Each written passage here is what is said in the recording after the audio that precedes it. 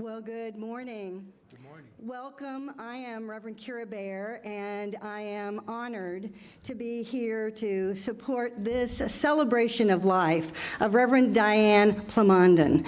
And what a gift that she was our founding minister. It touches me because I feel the power of her energy here in our facility. The fact that she created and was willing to be who she was has made this possible for all of us.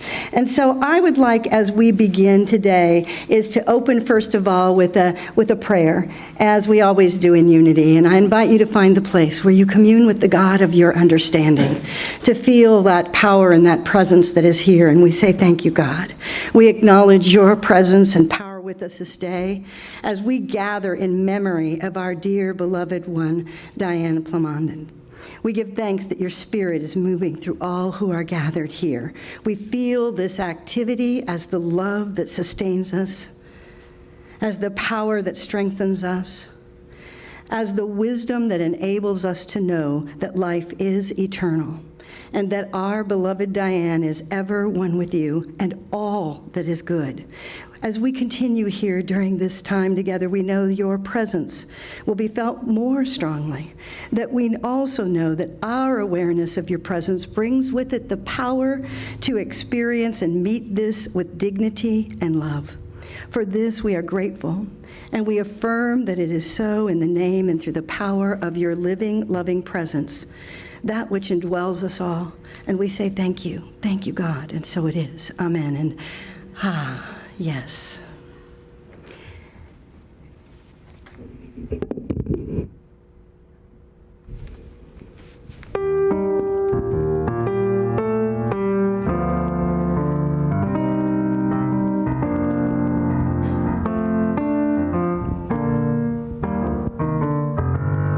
Sweep over my soul. Sweep over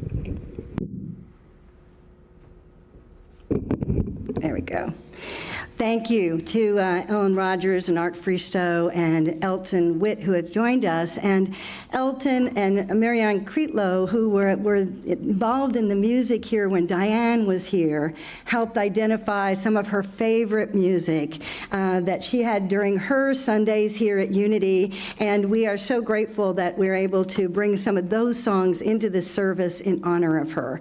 And I am just honored to be here and to open this with a prayer the poem that came from one of our poet laureates in Unity, James Dillett Freeman. And he's most known for one of his poems that actually went to the moon, and Elton will be sharing a song based on that poem later this morning. But this is one that really touches into the heart and soul of this time of releasing her into the infinite that we know she is in. And so part of this will help us begin this process of honoring who she was in life and who she is in this eternal expression in the heavenly realms. And so this is called The Traveler by James Dillett Freeman. She has put on invisibility. Dear Lord, I cannot see, but this I know. Although the road ascends and passes from my sight, there will be no night. That you indeed will take her gently by the hand and lead her on along the road of life that never ends, and she will find it is not death, but dawn. I do not doubt that you are there as here, and you will hold her dear. Our life did not begin with birth, it is not of the earth. And this that we call death, it is no more than the opening and closing of a door.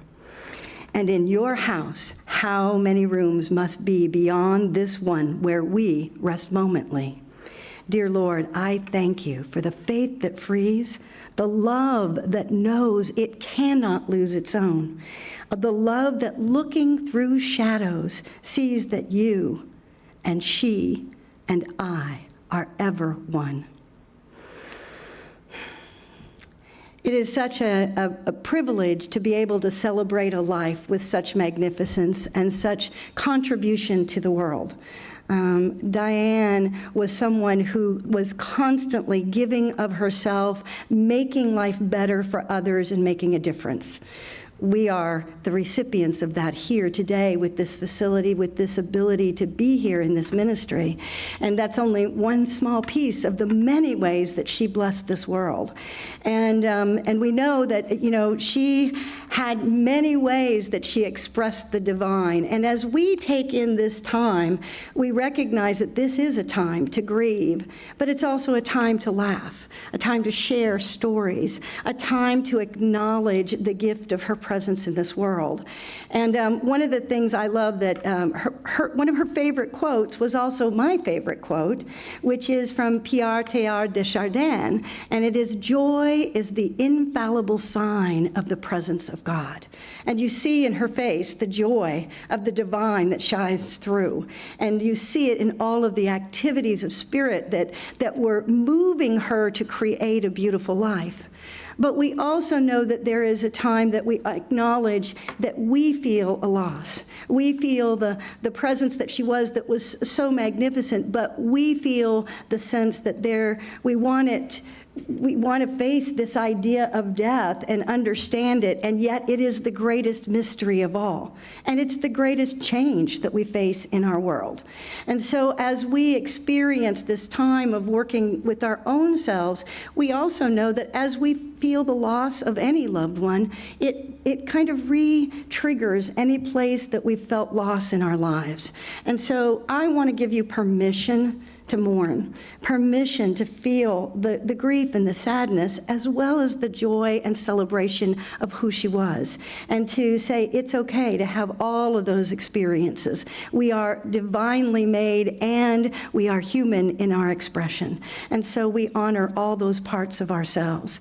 And so as we go into this time, I want to share a few words that acknowledge this, that we are in our wholeness, and acknowledge the way that we come together to celebrate a life of such magnificence. And if anything, let it be an inspiration. Let her life be an inspiration for us to do more, to be all that we are created to be, because that's the gift that we can give back as well as we share and learn more. And I'm going to let others share more about Diane, who were deeply engaged in her life, but I first want to share a couple other of thoughts.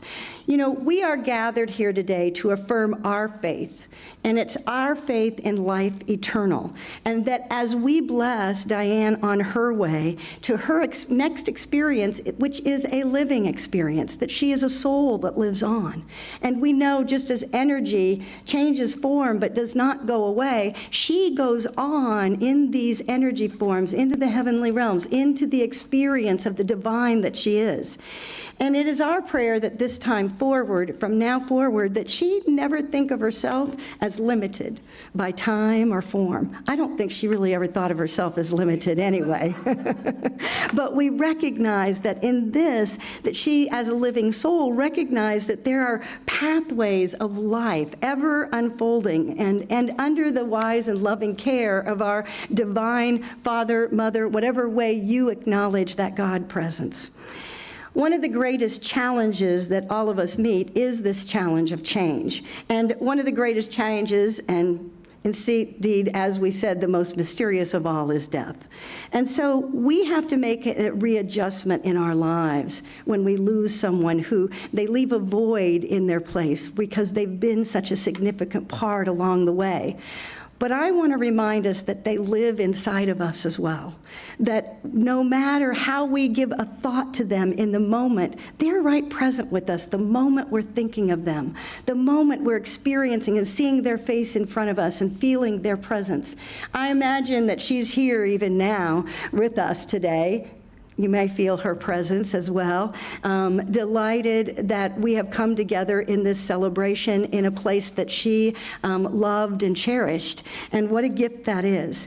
But we also look for ways to increase our understanding of this great mystery.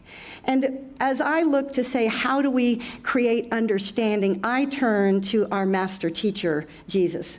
For he had the wisdom and understanding of knowing what it was to be at one with the Father, with the divine, by all the ways we understand that, whether we call it light or love or God. In every way we understand that he understood and was experienced in that awareness. He also knew what was coming. He knew what was being foretold and what his destiny was.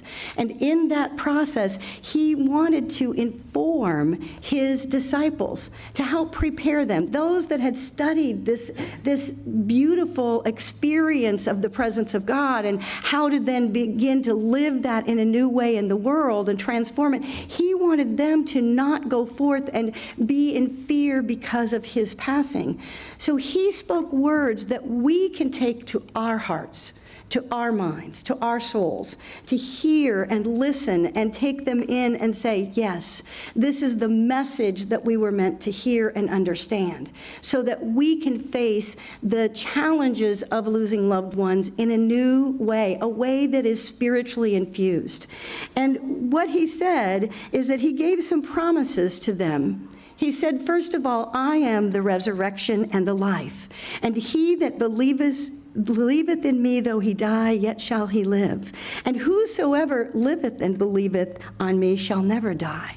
So when we have that living Christ consciousness, the awareness of the Christ, awareness within us, our connection to God, a connection to Christ, then we have a living awareness within us. And he also went on to say in John 14:27, peace I leave with you. Not as the world gives peace, I give to you. Let not your hearts be troubled, and neither let them be afraid. And so as we begin to recognize our process of this, to open up ourselves, to not be afraid for what this means for Diane, for our loved ones, for ourselves in this world, but to know that we're meant to live here momentarily, that this passing through this earth in our body suit is a time when we treasure every moment and every experience. And I think that, if anything, that's one of the gifts that death brings to us, is the awareness awareness how precious life itself is, to acknowledge and get the juiciness out of every moment of life. You know, are you really engaging life with all that it represents?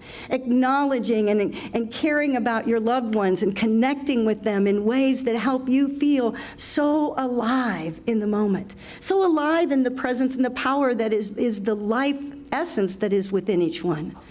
You know, he also told them in advance that there are many dwelling places or rooms, depending on how it was translated, in the mansion of the Lord, in the house of the Lord. And that if it were not so, why would he tell them in advance? He said, why would I tell you if I did not go and prepare a place for you?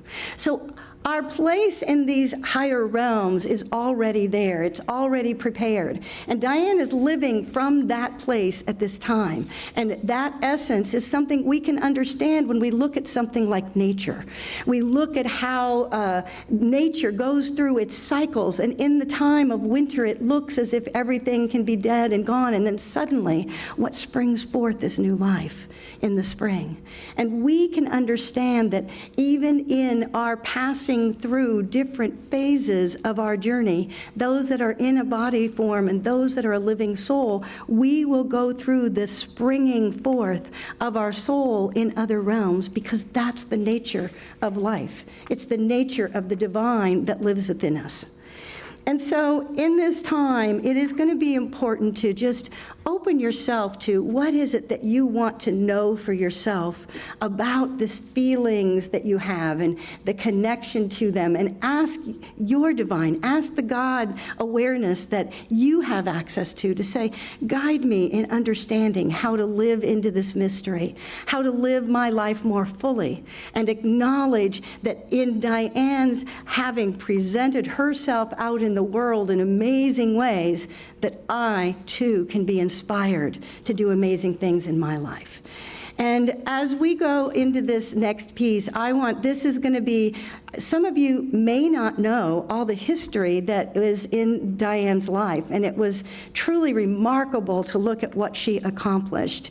And the best person to come and tell us about that to start off with and to honor her is her son, George Cushing, and he'll be then bringing up her other sons, and we have many other ways that we're going to share stories. But I want to invite George Cushing up to share more about Diane's life and the beauty and magnificence and boldness that she represented. George.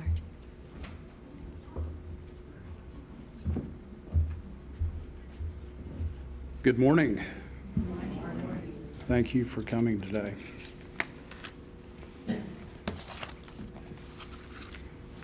I'm a little more note-bound than Kira is, so I'm going to... So there are a lot of interesting chapters to Diane's life. I think the one that we'll talk about today is her time as a minister, which was not arguably, but inarguably the most significant chapter in my estimation. Diane was left-brained, that's not a surprise, logical, analytical, orderly. To those of you that took a role in what became for many a milestone church experience, steering committee members, the amazing musicians, youth group organizers, chaplain teams, and countless other people that breathed life into this church, this is not a revelation. From early days, Diane's children got a lesson in both experiencing and manifesting diversity, equity and inclusion, big thinking, limitless possibilities, and not just through lectures, but by example. From my seat, I saw a demonstration of a woman with strong personal agency. Conventional and secure did not speak to her, and free of those concerns, she went in some interesting and impactful directions. Nursing school, meaningful work in Latin America in the 60s, graduate level academics, teaching, a hard turn into spiritual discovery, all became tools and experiences that informed and shaped her role as a minister of significant consequence and impact. Her ministry was her magnum opus, her greatest achievement, the sum of her experiences. Diane's courage and ability to take bold, forward-looking action led the way, from spearheading a clinic that dealt with the medical needs of the urban poor in Colombia to pioneering churches in Costa Rica and here in Clear Lake. When Diane arrived in Costa Rica with her son Christopher, they checked into a hotel. She had flyers printed, rented a room for services, and waited to see who came. She had no experience starting a church, and she had never been to Costa Rica. Yet, there she was. From her will, vision, and faith, Unity Costa Rica grew and flourished. Diane's quantifiable qualifications and her organizational acumen were important, but the real success of her churches came from something less tangible. The unquantifiable component of Diane as a minister, her gift, was her ability to bring an experience to her audience, as one congregant described it, where the message transcended the messenger. There was a fluidity of delivery, as if there was no interference from personality. Many of you in the audience today were participants in Diane's services at Unity Church of the Bay Area, as I was. Her teaching and messaging affected me on a core level, resetting my thought process for the better, helping me open a spiritual dialogue within. Her messages lingered and manifested in real changes in how I listened to others, how I processed critical thoughts about myself and others, and instructed me on how to forgive on all fronts. Her messaging of a higher power was framed in a manner that allowed me to arrive at a construct that connected me with a path for a positive relationship with the God within me for the first time in my life. Many of you that I've spoken with have said that some version of my experience was the experience you shared as well. One of her longtime congregants summed it up with a comment, "It was a special time in our lives." Her retirement in 2001, at her retirement in 2001, several people wrote letters about their experience with the church and Diane. They talked about the moving services that spoke to them, working with her on the steering committee and being enlightened by her leadership, being changed by the immersive spiritual experience of her classes, being validated, empowered, being brought back to Christianity and the divine in a way that they could fully be themselves. In a letter I received after releasing her obituary, the writer said of Diane, "Your blessings continue to resonate. I see your face. I hear your voice. I feel the feminine calm that was and still is you." From one of the letters from 2001, when she retired, the author was struggling at the time and had tried to return to the church of her youth, where she heard that, where the message she heard, the way she heard it, was one of strong condemnation, and it amplified her feelings of sadness and joylessness of her first service at Unity of Bay Area, she wrote, and this is small print, so we'll see how that goes. Upon coming to Unity, she writes, "On my first visit to your church, I encountered the happy sound of the tuned fountain in front. Your sermon was on grace awakening, and it was a gentle message I needed to hear. Someone sitting next to me was crying, and I began to feel tears also.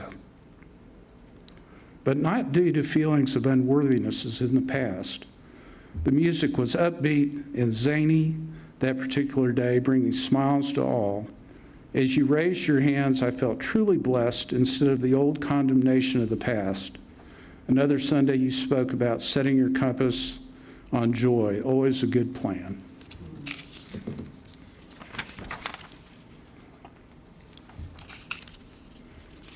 One of the early church members, Carol Saunders, who in the future would become Reverend Saunders, sent this message.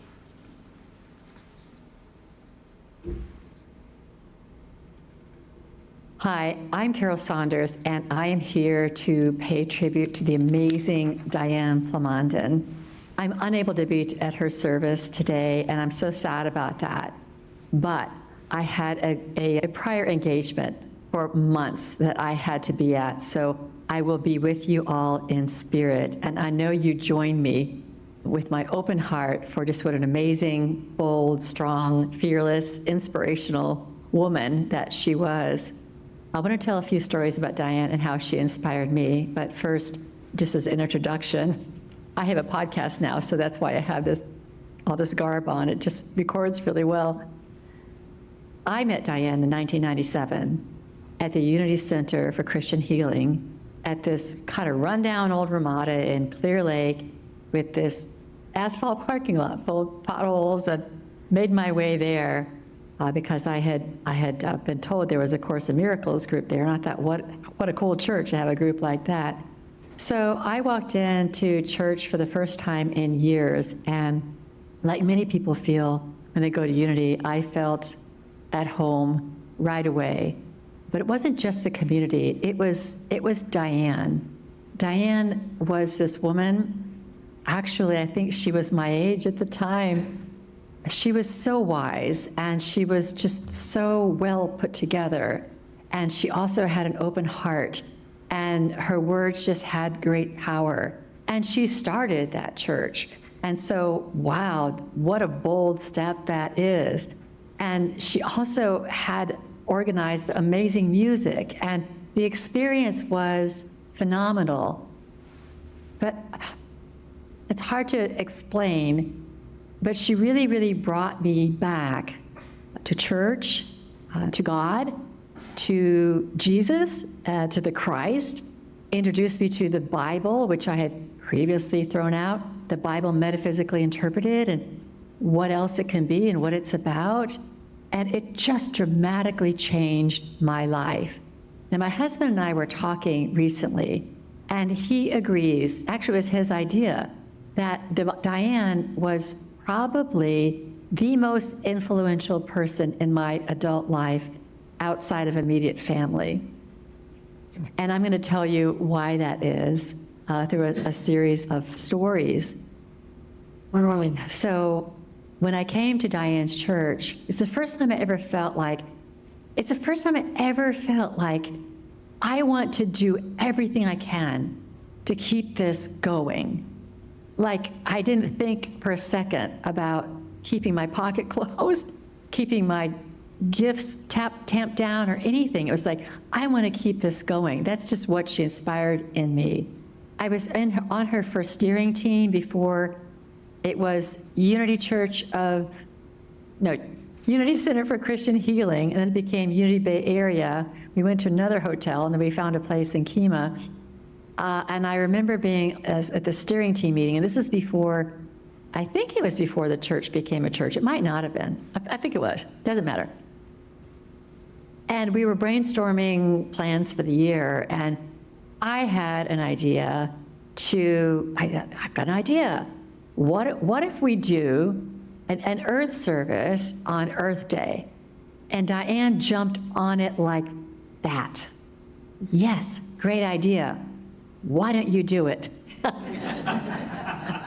Well, okay, I was still a pretty fledgling person to Unity, and I've got the minister who I admire so much giving me this job, which I did, which I stepped into. It was my first sermon, and oh my gosh, it took me a whole week to write it.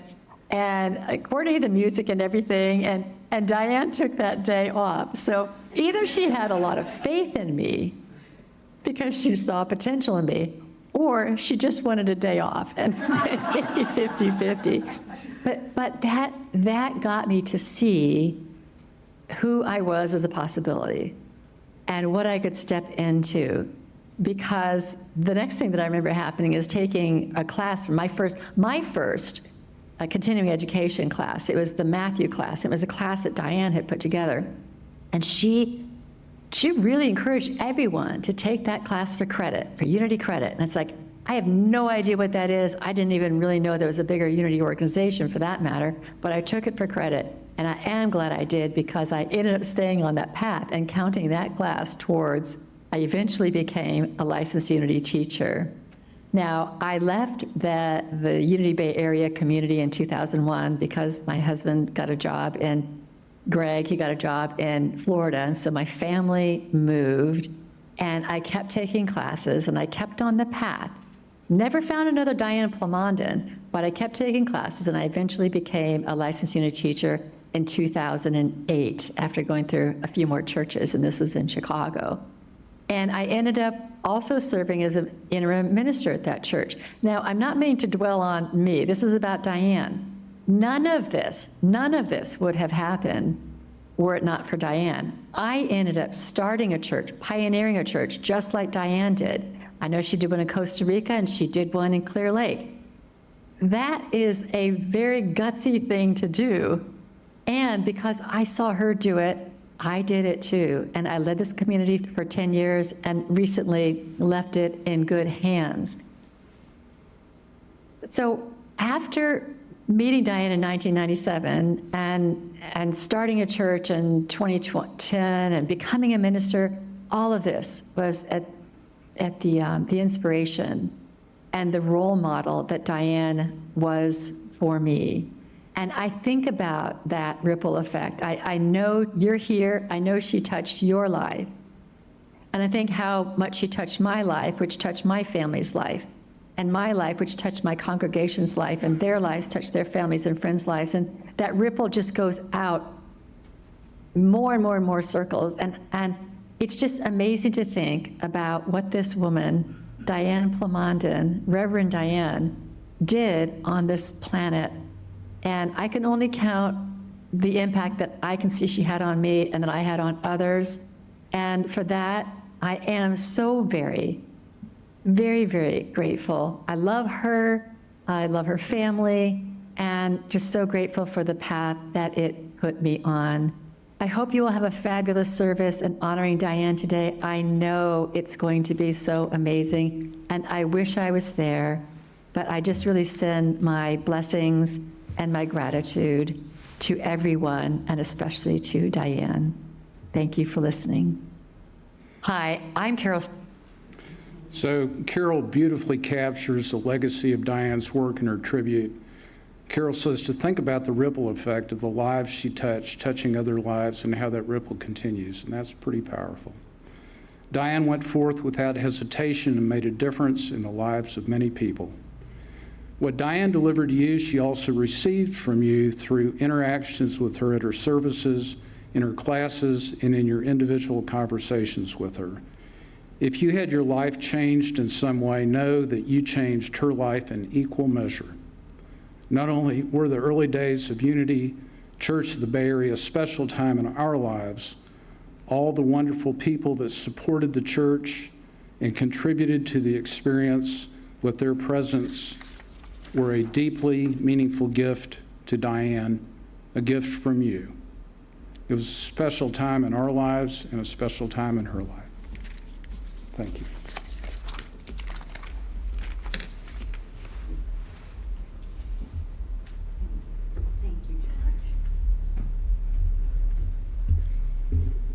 Thank you, George. And now I believe Christopher and Henry, her other two sons, are going to come and say a few words, and then we'll come back to the song that we skipped. So.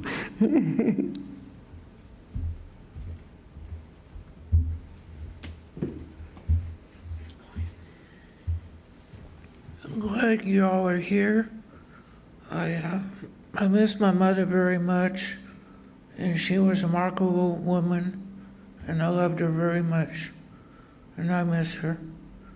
I wish she still was here, but she's not, and I really miss her that much.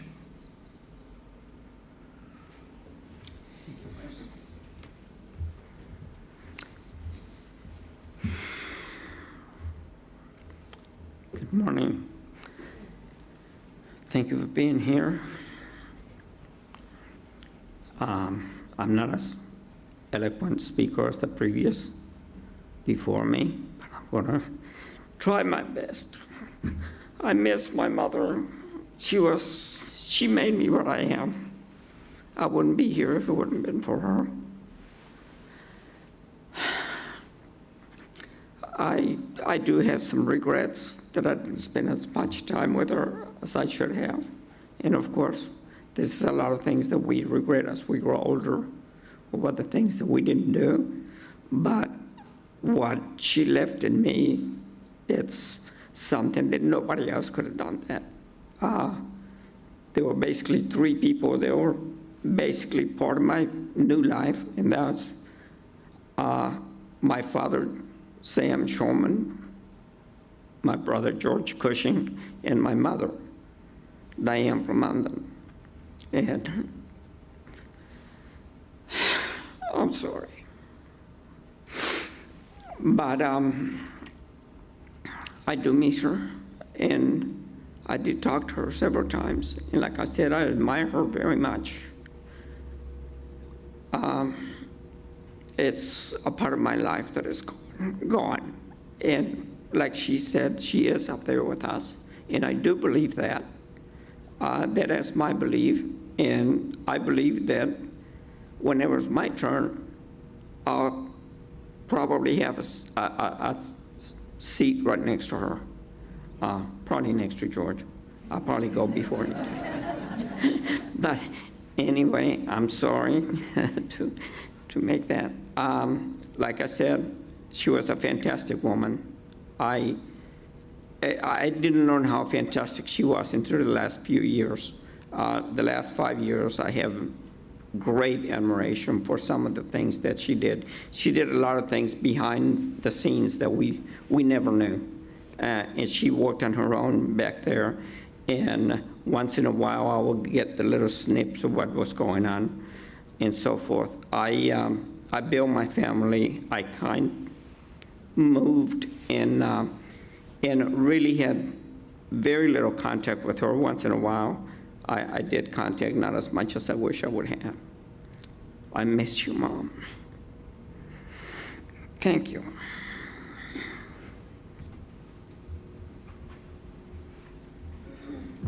Thank you so much.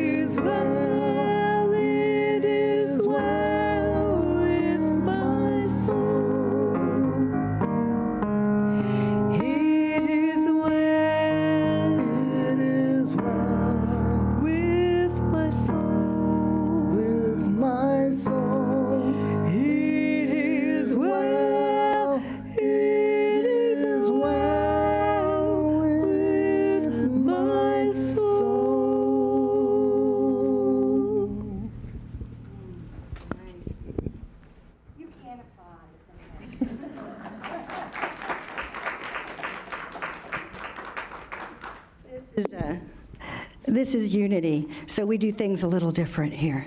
And part of that is to acknowledge the things that rise in us. And the things that rise in the presence are flowers that just arrived. And so thank you, Mark, for bringing those on in. I know we had a discussion earlier of those had been ordered and had not shown up, so we're so grateful. Why don't we just put them up here on the altar? They're beautiful. So thank you. See, Diane is receiving all this message and expressing that joy with the flowers that are showing up in the midst of this. This is a time where we want to share stories and invite you to share your stories of the things that you experiences you had with Diane, or different moments, or anything that has touched you along the way about her life, and just have a time. This is a time to share some of those things that oftentimes what occurs are stories that someone else didn't know or the family didn't know until you share something that you had an experience with her. So I just want to open up the floor for anybody who's willing to share a story of Diane. All right, Gail, I'll just bring you the microphone. It's okay, crying is allowed. I feel like I've lost a mother. I didn't realize I was so emotional until I got here. I also met Diane in '97. Been in all 4 buildings, and she was the reason I became a chaplain in 2000, and that was a part of my life I really enjoyed. She was such an inspiration. I could talk to her about anything, and she listened, as does Reverend Kira. She reminds me a lot of her. She was so brave, you know. Her first church was August the 13th, 1995. And I met her 2 years later. And I just want to acknowledge the fact that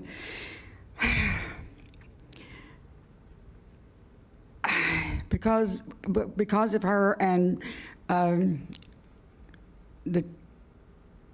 I'm here. I'm still here. And it's been almost 30 years since I've been in Unity, and I just love it. I feel so safe here. Beautiful testimony to her that she made you feel safe here. Beautiful. Yeah. Amy. When we met Reverend Diane, this was in 2000, and we were had been floating around looking for a church for years and just didn't find a home. And we started at Ramada, but it wasn't quite the right time. And we came back later when it was at the other church. And the thing that I really loved about Diane, talk about a strong feminine energy, you know, and so calm. And, you know, she didn't mess around. She was very firm, too, when it was necessary. She didn't hesitate. And I love that example of femininity. For me, personally, that just really means a lot. And the other thing I was thinking about was when she retired, I was actually on the first board after she retired. And I remember we were like, you know, Reverend Diane's gone, what are we gonna do? And it was sort of like we were her chickies. And she had complete confidence that we'd handle it, no matter how scared we felt. And you always got that from her, that she had full confidence, like Carol was describing, that you'd be okay. And I think that was one of her gifts to me, was fake it till you make it. It helps when other people have confidence in you, it helps you step in. And that was one of her greatest gifts, I think. Thank you. Other stories about those that connected to her or in any way, Mark? So I remember the founding of the chaplaincy. And I remember there was one minister who wasn't really going along with this because he wanted us to connect with Kansas City. He'll go unnamed. And he kept on telling Diane that we all who were chaplains in the program had to make the pilgrimage to Kansas City to be officially ordained. And I remember one afternoon after she got off the phone with this person, she was upset. And the phrase, hell hath no fury like a woman scorned, is what I remember. And her power came from her meekness. You know, the meek shall inherit the earth, and her peacefulness and her calmness. And I had always felt that emanated from her, but not in this case. And I said, Diane, what is the matter? Because I'd never seen her angry. She said, some people just need to mind their own business. And the chaplaincy went through. There was no stopping her once she got an idea in her mind. And I remember we used to go to the retreat center, and that was part of the chaplaincy. And I remember that there was an evening of silence. Gail's nodding her head. I don't know. I don't think it was all weekend, but I remember it was Friday, Saturday, and early Sunday. Yeah. So, and I remember when I signed up for that, I thought, I don't know if I can do this. And we walked around the grounds and kept our silence. Just like the ascetics do. So it was very interesting and very powerful too. Very, very powerful lady. And I just remember those stories as well as the one I told on Sunday. So thank you, Cushings, for your participation in that too. Thank you. Mark, anybody else have a story about Diane you'd like to share at this time? Don't be shy, it's okay. Hi. I came to Unity because of my collaboration with Marianne Kreitlow, who was the music person here when Diane was here. And so we've heard all these wonderful things about Diane, and she was powerful, and she was inspiring, and she was straight ahead. But she also had a great sense of humor and had a real mischievous streak as well. And I think that's why it worked so well with Marianne, because I remember the quote from George about the woman who came and said the music was zany. And there were many times when, so I danced. Sometimes Marianne would bring me in to dance. That was our collaboration. And Diane just let it all flow, you know, which was a really wonderful part. She was so generous with her time. She spent counseling sessions with me on a few occasions, and that's why I'm here today. I drove all the way down on I-45 from Houston, which is a scary business, especially in old age. But that was another part of Diane that we should celebrate, is her spirit, her sense of humor, and her mischievousness. Oh, I love that. That's an important quality. Thank you. All right, I wasn't going to do this, but I'm going to talk about it. So the first, imagine yourself walking into a place you don't know much about. It's in the back parking lot of a old rundown hotel a little bit, right? You walk in there, walk around the corner, and the first person you meet greets you so enthusiastically you cannot hardly get over it. It was Cat Robbins was the first person I met. So right away it's like, wow, this, you know, Diane attracts and surrounds herself with these amazing people, right? Marianne Kreitlow got pulled in. She wasn't a church music director. She became that. She unfolds the best in people. She did that with me. She let me blossom as a person, as a musician at the church, even though it was probably terrible at the beginning. I got better. You gotta write 100 songs before you can get one good one, and I did that. So later, you know, one time she stopped me and said, "Hey, Elton, I need to talk to you." And so I'm like, oh my God, what did I do? I'm in trouble now. So, she's like, talk to me and come to my office sometime. So a few days later, went to her office, and it's like, sit down. And it's like, what's gonna happen? She says, "I'd like you to run for the board." So, here she was pulling me along and to expand into something even better. Also, the chaplain teams, like I said, I did a lot of things in the church that I never thought I would do. I like to say I did a little of everything. Wasn't quite true, because I didn't really get back with the youth that much, but I did so much. And I really appreciate her growing me up.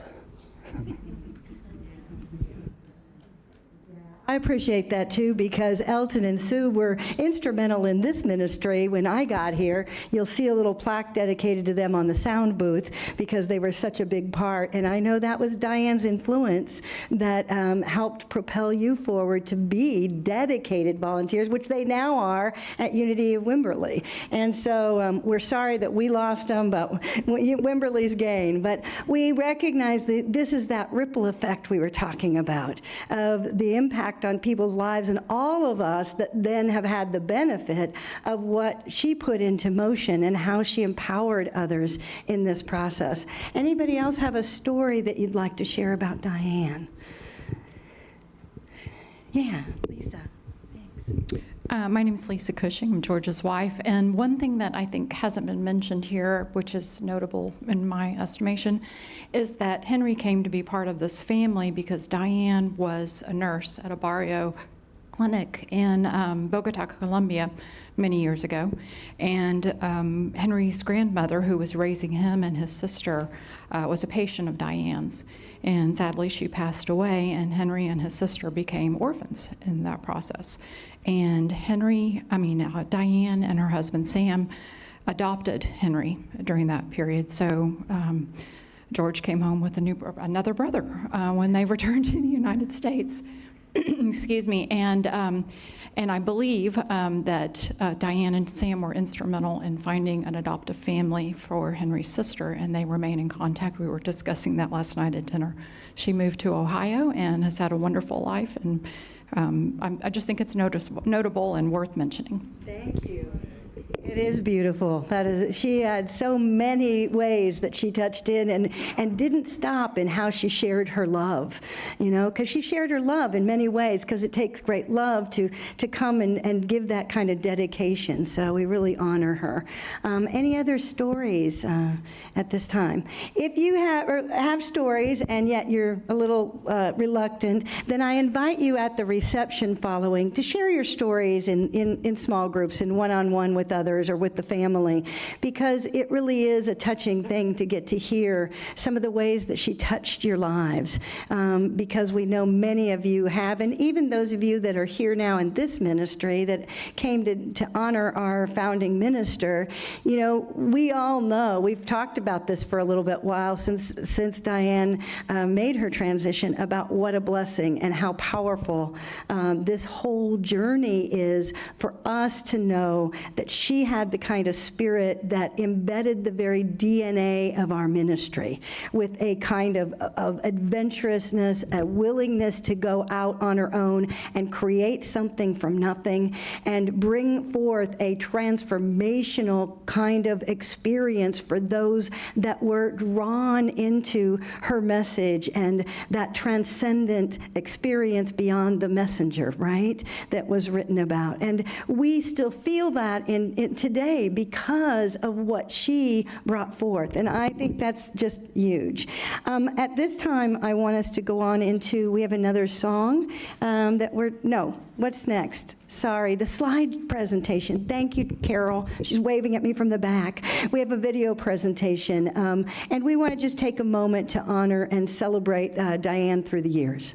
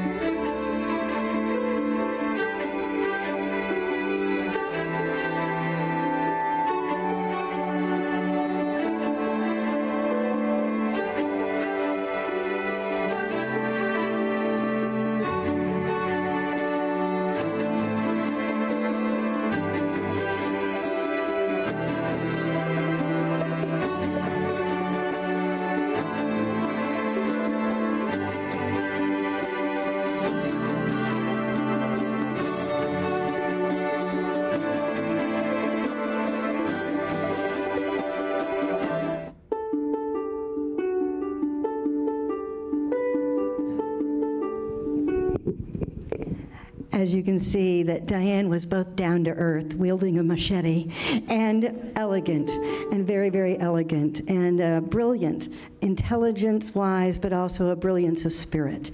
And we're so grateful for all the ways that she shows up and continues to in the infinite realms. And so at this time we have another song that was written by Marianne Creetlow, and she shared it so that our team could learn it and share it with you.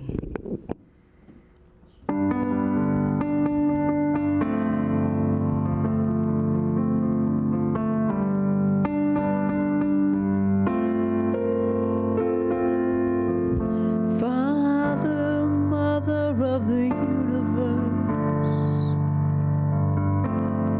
source and presence of all, you birth and breathe our forces. We clear a place for you. Our spirits in unity unfolding, we create with you in wonder and joy as our thoughts give wings to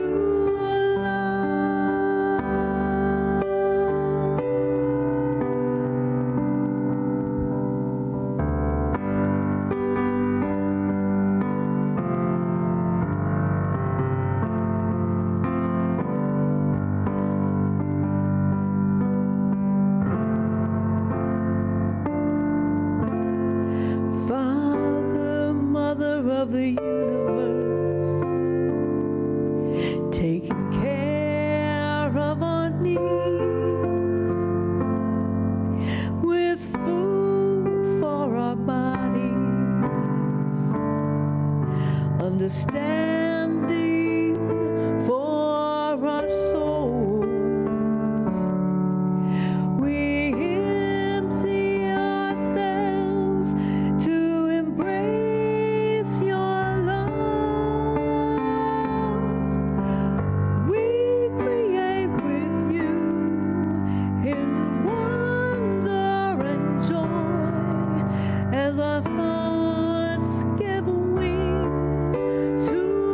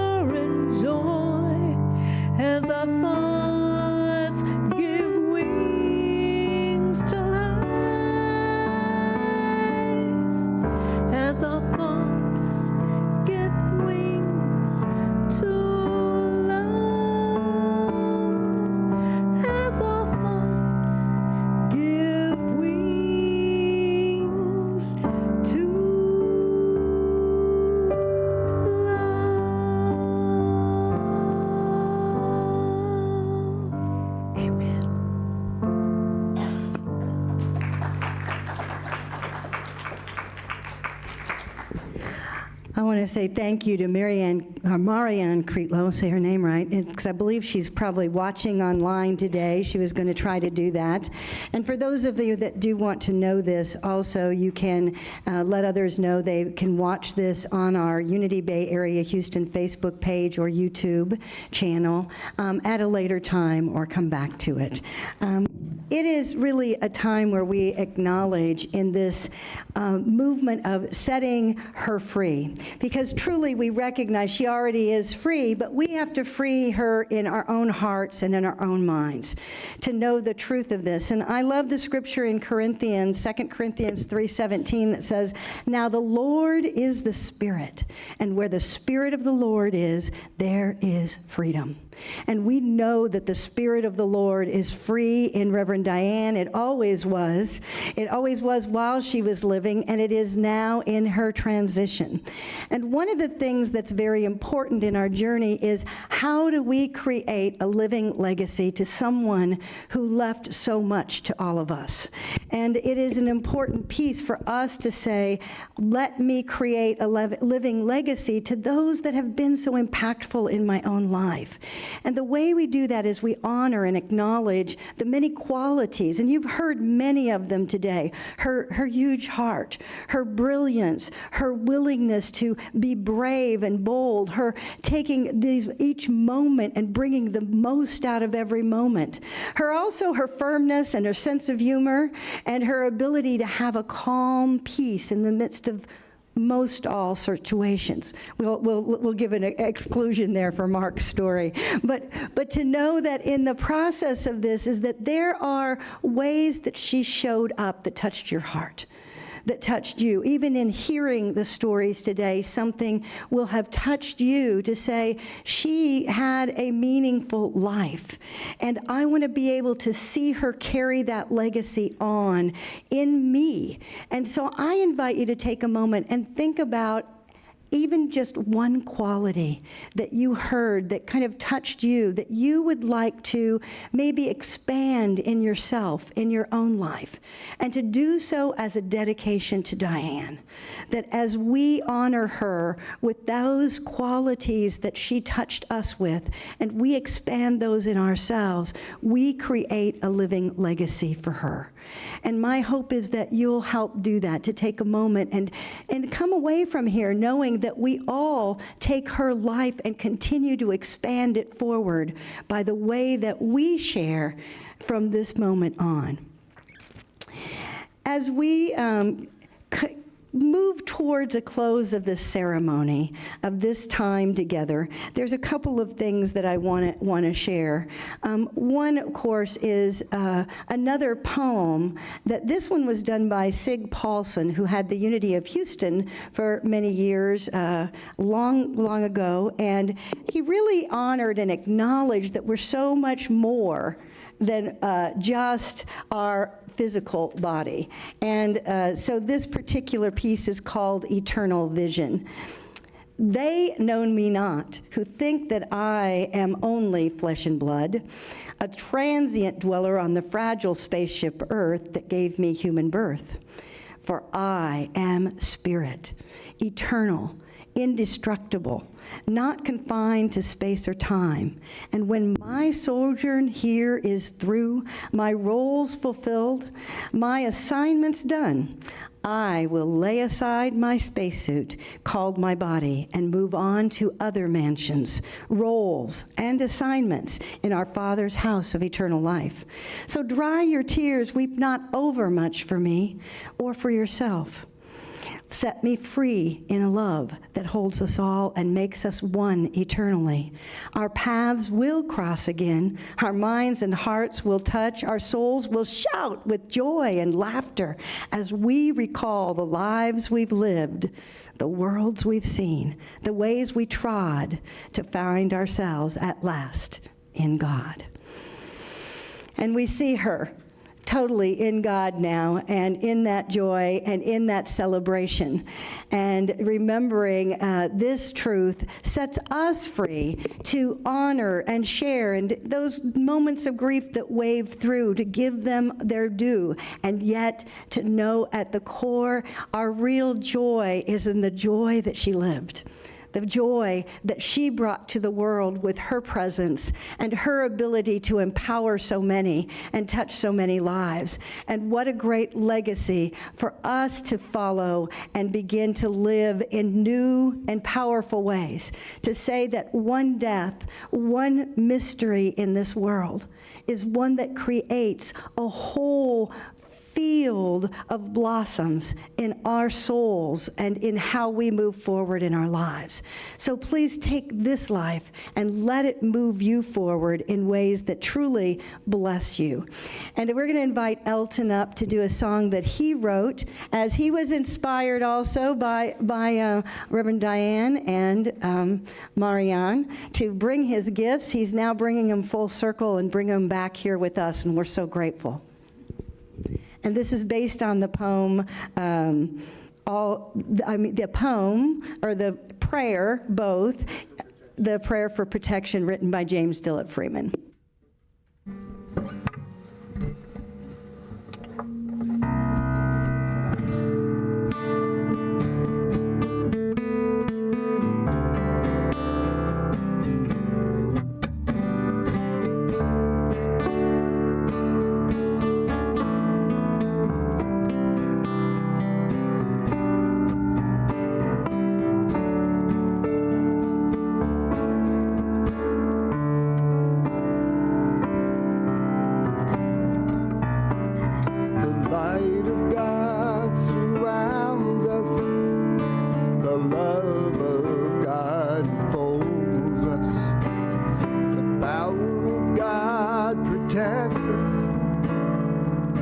presence of God watches over us.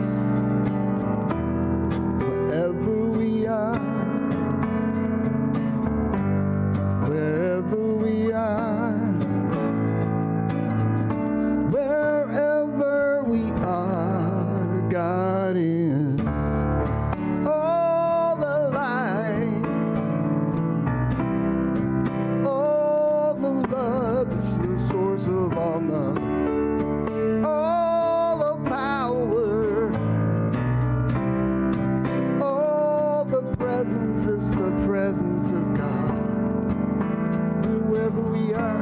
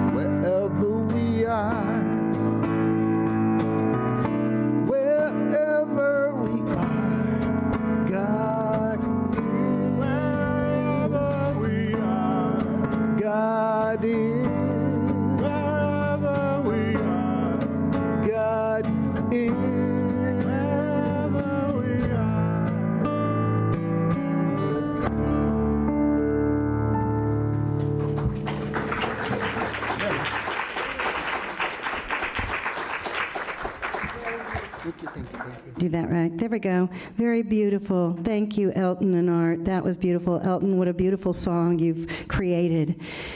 You know, as we close this, there's no easy way to do that send-off of sending forth those God blessings, but I would like us to do a standing ovation in honor of Reverend Diane Plamondon, the incredible life that she lived, and the incredible gift that she gave to all of us by her life. Let's give her a standing ovation. Blessings, blessings, blessings.